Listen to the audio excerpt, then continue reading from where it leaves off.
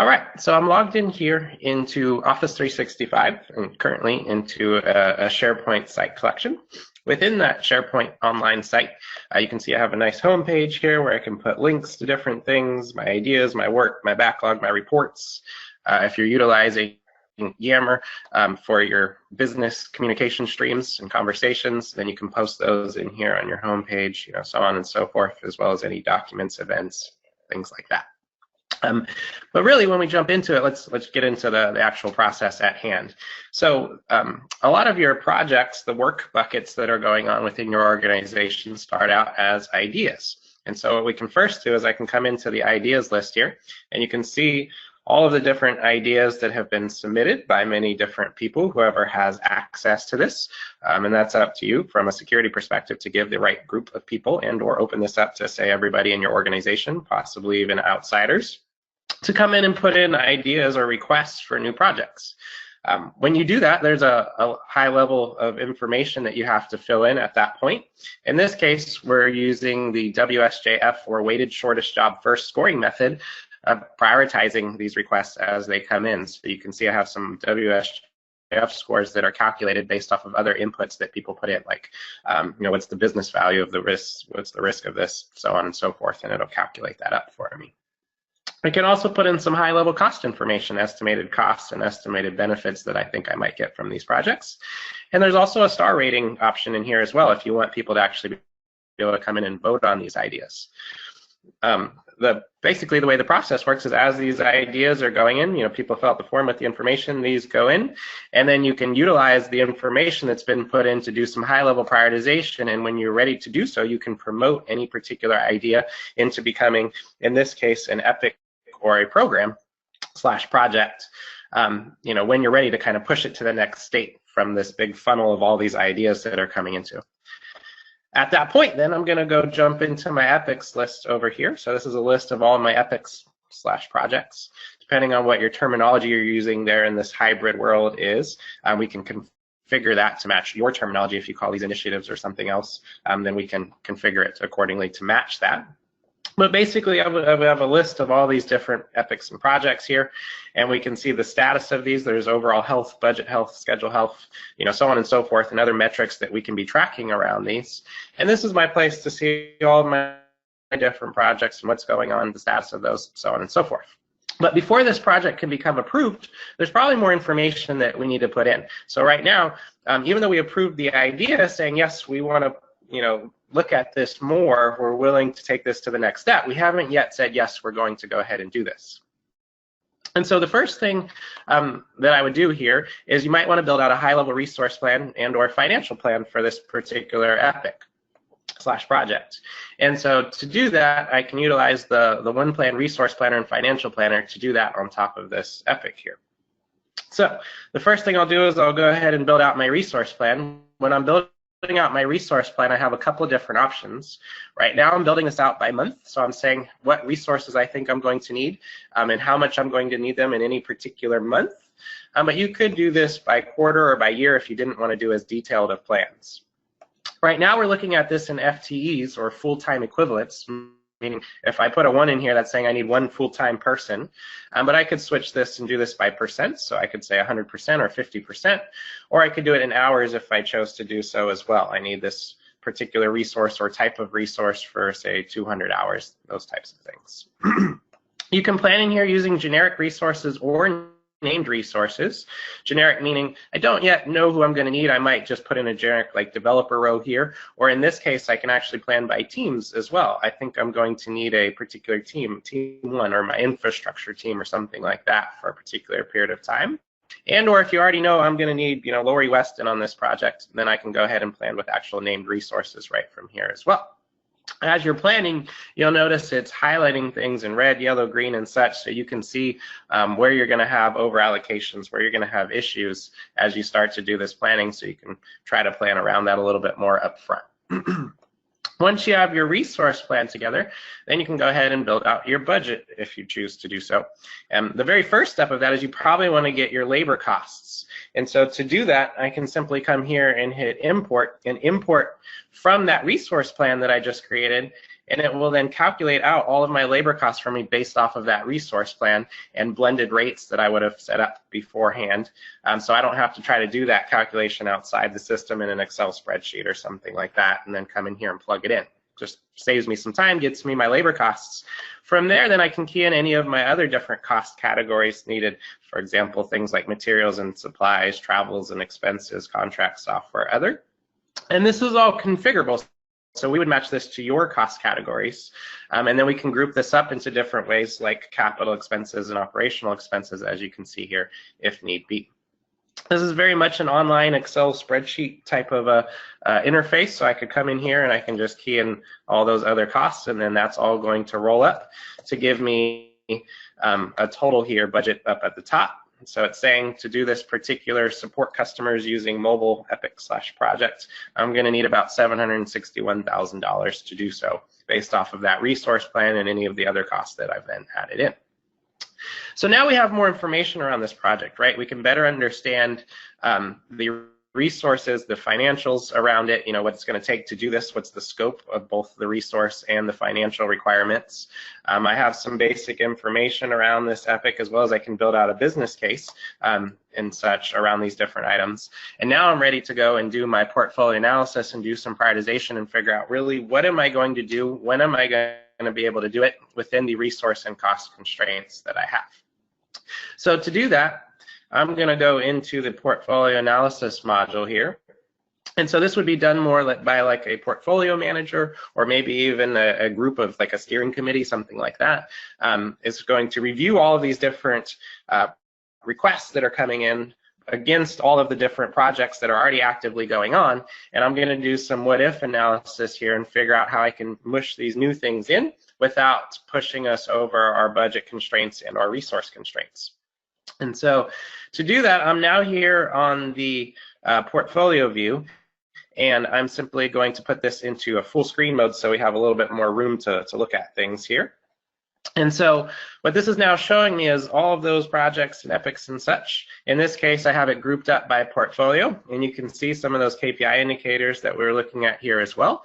But what I'm going to do is I'm going to switch my view to my prioritization view, and we can go in and start doing some prioritization on this guy. So now that I'm here on my prioritization view, you can see those different metrics that we might be tracking. In this case, in this view, we have it set to do a little bit more traditional scoring method instead of WSJF. You can see here I'm using things like strategic alignment and how much is this going to help lower my costs, improve employee retention and risk to generate out my prioritization score over here. But I can also include other things in my view, you know, depending on what I want to see while I'm making these prioritization choices, things like what's the budget and what's the benefits of these guys. I could include other financial metrics here possibly, like say IRR or NPV or ROI, whatever I might want as I'm doing this, so that when I'm doing my prioritization, I have some relevant information in front of me to help me make those choices, right? So I'll flip this into prioritization mode, and now I can simply just drag and drop to update prioritization. So if I see, hey, there's a high score one way down here, this white phones one should probably be bumped up, then I can come here and I can drag and drop and move that up to the proper place that I might want it. And I go, oh, the CEO though really wants this Fabricam one done, even though it's not the highest prioritization score, maybe I want to drag that up. And oh, this one's a compliance project, we have to do this even though it's not as high, you know, so on and so forth. And so you can drag and drop and create a stacked rank of all of your different projects, with the highest ranked ones at the top, the lowest ranked ones down here at the bottom. And that's kind of the first step of this, figuring out what are your priorities. And as new things come in, you can continue to readjust this, say every month, every quarter, as frequently as you want to do so. You can come back and revisit these plans and then make adjustments as needed. Once you've done that, now we need to overlay some of our constraints on top of this. This is all great. These are our priorities, and people are asking these things to be done within specific periods of time. But how is that going to affect our constraints? The first constraint being dollars. We only have so much money, so much budget to go and do these projects. Let's see how that's going to work out. So what this is doing in this bottom screen now then is it's showing all of those same projects here, and it's showing their budgets, and it's summing that up across the top here. So we can see if we do all of these projects when people are asking for them to be done, this is how much we're going to spend. And right now I'm looking at it by month, but I could switch this over to be by quarter or by year if need be, depending on what level of detail I want. I can then create a target. For example, in 2019, I have a target budget of a certain amount of dollars, right? We can only spend across all of these projects that we're looking at here, or this portfolio or this department, if I had filtered this down just to show a specific group of projects, we only have a specific budget in any given period of time. And so now you can see when I overlay that target here, it's going to then show me where I'm over, where I'm under. For example, in June, I only have $400,000 in my budget to spend for all these projects, but I'm currently projected at $552,000. So that's going to be a problem. So now what I need to do is some what-if analysis to figure out how I'm going to resolve these budget issues. The first thing that I can do is I can come down to the bottom, or the lower priority items down here at the bottom here, and I can simply start to uncheck these. And as I do that, that's saying, what if we don't do this, and or we put it on hold if it was already an active project, for example. That basically reloads the grid down here at the bottom and updates this accordingly. And so as I continue to check off more of these guys are going to go green here, and we're going to start to resolve some of our budget issues because we're just simply doing less things. I can then recheck those there and say, well, if that's not an option, it's not a matter of doing it or not, it's just a matter of when. Then I can open up my Gantt over here on the side, my timeline view of this, and maybe I'll zoom out a little bit to show this by quarter here. And I can still come to some of these lower priority items and go, okay, what if I move this out, 1 quarter, 2 quarters, whatever it might be, and I stagger these a little bit more so we're not doing all of them at the same time. That's another way that I can resolve some of my constraint conflicts down here, my budget conflicts in this case, right? Then at the same time, I can also look at this from a resource perspective. So maybe my main constraint isn't budget, and or I want to do both. I need to make sure I'm within my budget and my resources. And I can do all the same types of things here, but while looking at my resource constraints. So I can see all my resources, and where there's reds or there's going to be issues over allocations of particular resources.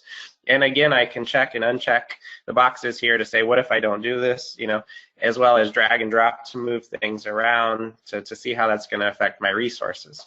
Right now, I'm looking at a very detailed view, each individual resource, but you could group this up, say by business unit or by role, and see, okay, where are my kind of higher level constraints?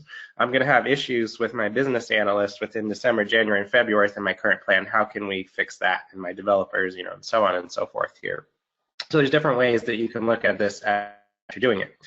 Once you get a scenario that you like, a plan that's going to work, where you're staying within your budget and your resource constraints, or pretty close to it anyway, you can come here and you can save that as a scenario, and then you can come back to it at any point. And maybe I save a couple scenarios. Scenario A, we're going to not do these 5 lower priority things. Scenario B, we're just going to push them out 2 quarters or whatever it might be. And then we as a business can make that choice of which scenario we're going to go with, and then commit to that and move on to the next step. Also here within the portfolio analysis module, I can flip over into my Kanban board. So within my Kanban board, this isn't a Kanban board of like tasks and backlog items and things like that. This is a Kanban board of my actual projects / epics that are going on right now. And so I can visually see all of these higher level projects, what status they're in. I have it colored here by overall health. So you can see if it's red, then it's off track. If it's yellow, then it's at risk. If it's green, then it's on track, that kind of a thing. And you can see we can do things here like totals. Right now I'm totaling up budget up to the top, but maybe instead of budget, I want to total up, benefits instead. So you can kind of flip these things on the fly and even group these different ways. Maybe I want to group this up by business unit, so I can see which ones are going on in which business unit, or group these up by program or whatever it might be. You can flip to different views here to show the Kanban board different ways that you might want to visually see those things. So that's a very useful way of visualizing where your projects are at and how they're organized, as well as then you can drag and drop to align things, in this case, say to different programs, or update priorities or statuses or whatever it might be, very quick and easy. There's also a very high level roadmap view in here, and the roadmap is configurable as well. So right now I have it grouped up by stage, but again, I could group this up by other things here. I have it colored by overall health. So again, if it's red, it's off track, yellow at risk, green is on track. You can also see my progress percentage on these guys here with the little colored shading on each one of these bars to see how far into this we are so far. And there's dependencies that show here. So you can create dependencies between your different projects and epics. And you can see these lines here, and if I hover over it, it'll tell me what it's connecting to. So I can visualize those dependencies within my roadmap. Right now I'm looking at it by month, but again, I could do this by quarter or by year, or even more detailed by week if I wanted to. And then once I get it the way I want it, I can either print this out and or there's Power BI reports that I can utilize and distribute to people that look very similar to this and show the timeline / roadmap as well. Right from here, you can also get to your dashboards and reports. So as these projects are actually being executed on, and you want to visualize some of those Power BI reports, you don't have to leave and go somewhere else to do that. You can do so right from here. So there's a pre-built report pack that shows you all different types of information around these different projects that are going on, everything from an overall summary of my projects and some red, yellow, green indicators on those KPIs and budgets and forecast actuals, you know, whatever you might be tracking around these. There's some templatized reports here you can start from, as well as I can look at other things like my resources and see how my resources are doing, and so on and so forth here, and everything all the way down into more detailed information like, say, issues and risks. Like I want a risk matrix of all the risks across all these projects and such. It's all built into this templatized report pack, which then can be tweaked. You can, you know, change how things are grouped and filtered and add in some of your custom fields, and or add all, you know, whole new reports if there's some specific things that you're looking to report off of out of all this great data. So once you have your roadmap built and you've done your portfolio analysis and you figured out what you're going to do and when you want to do it, so far we've done only top-down planning, meaning we've done very high-level planning, capacity and demand out into the future and budgeting and so on and so forth. We haven't really got into the more detailed execution planning on these things yet. And I'm going to put this back into full screen mode here. And so to do that, I can come in and I can go, you can see here, excuse me, you can see here that these different projects, each one can be managed using different execution tools. So for example, some of these projects can be managed using Project Desktop Professional. Some of these you'll see are using Jira and or Teams and Project Desktop. You can actually use a combined set of different tools. This particular one is using Project Desktop and Azure DevOps to manage the execution side of all the different work that's going on. So meaning you can have some projects that are using just Agile tools, some that are using more waterfall scheduling tools, or even hybrid projects that are using a mixture of both. You can use that all right from here. I'm going to go into one of these projects that's doing just such a hybrid project, so to say, and I'm going to go into my support customers using mobile project here, and I'll show you a little bit more of how that works. So when I come into here, you'll see I'm on the work plan tab here, and the work type is task. And so what you can do is you can build out your work plan either using the new project for the web that just recently came out, that was launched during this last Ignite, that Jim mentioned a little bit, or you could use Project Professional Desktop to build out your schedule and then publish that into here. In this case, that you'll see that this particular project is connected to Project Professional, and so that's where all these different tasks and such come from, and then people can start to update their status on them, as well as possibly track time if you want to use the timesheet capability built into here. At the same time, I can flip to my backlog work type. And so these particular backlog items that you're seeing here, features, user stories, tasks, bugs, and such, are actually rolling in from Azure DevOps. So you'll see that this is integrated to Azure DevOps, and it's rolling in all that work so you can get visibility into the backlog, the status of these items, as well as, if need be, you can track time on these and so on and so forth as well, just like those waterfall tasks that you saw earlier. And so you could use one or the other. You might just use Azure DevOps for some of them and let all that status roll up, or you could use a waterfall tool like Project Desktop, Project Professional, or even a lighter weight scheduling tool like the Office 365 Planner, and still let all that work roll up into one portfolio so you have one place to go to see the status of all your different projects and report off of them and so on and so forth. On the top of all that, you can also look at resource capacity. So if I'm more of a resource manager role in our organization, I can come in and I can see which resources are working on what, who's over allocated, who's not, regardless of what methodology you're executing on the work, because we have those high-level resource capacity plans. As long as we're keeping those relatively up to date, we can get a better picture of who's working on what's upcoming, and who's over allocated and not within any particular period of time here. So for example, Daniel Williams is over allocated in the first 4 months here, and the reason being is because he has 4 different projects going on at the same time. Maybe we need to get him some help, and so I can drag and drop and move things around and make adjustments from here as more of a resource manager role as need be. So as Jim mentioned, though, all of these great capabilities that we just looked at as we went through all this are all available through Teams as well.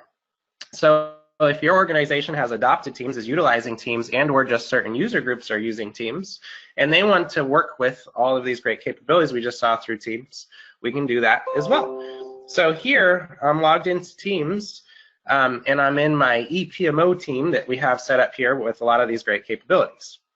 So the first thing that you'll see is there's a conversation stream here. So if you want to make use of the Teams conversation streams and other things, like I might want to use files to store all of my templates here and make that available to people instead of and/or in place, or and/or at the same time as throwing them on that homepage of that SharePoint site, we can do those types of things here as well.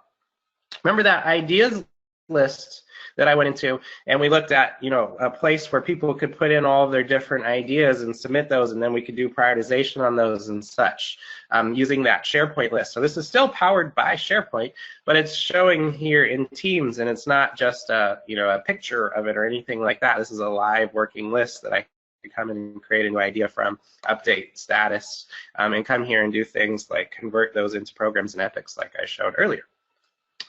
All of the things that we just saw over in OnePlan for portfolio management, whether it be the resource planning, the financial planning, the portfolio analysis, so on and so forth, all of those same capabilities that we just saw and went through with the what if analysis and the Kanban board and all that, those are actually all available right here through Teams as well, if I choose to work through Teams instead, if I like that experience on top of this.